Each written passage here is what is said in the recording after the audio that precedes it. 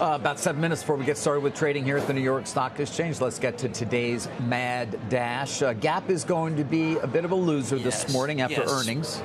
Now, Richard Dixon's doing a very good job, but it seems like it's been inconsistent. This quarter, Gap, for instance, the actual flagship was up 10%, but Old Navy was very disappointing, and that's the biggest. And because Old Navy was disappointing, the company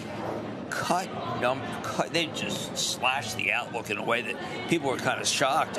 Old Navy projected down in the low single digits and had been really, really strong.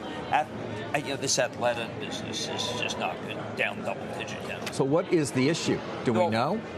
Well, that was part of the difficulty, David. The issue was that they did not execute.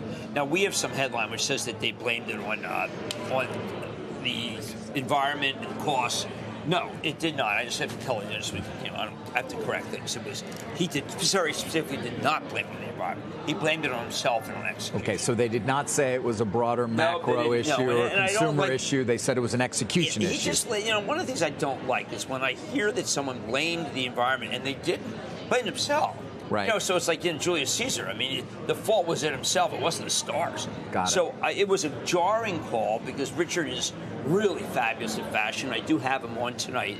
And they caught some very big downgrades. Matthew Boss downgraded. A lot of people had really hoped that this was going to be the breakout quarter.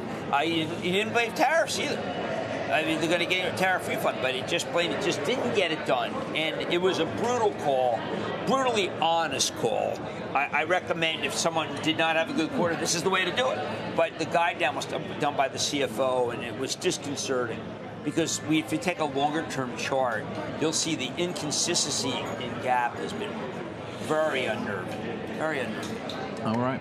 Yeah, I mean, real spending on footwear and apparel is negative. I'm not sure how you can't not look at that. I wanted, and we're going to talk about it, I'm going to press him on it because when I talk to all the different retailers, those are bad categories. Yeah. But he would say, listen, I'm trying to bring in cosmetics. I didn't get that done. I didn't have the right look. And he said, or he did not say our team. He did not do any of that stuff. He puts it right on himself.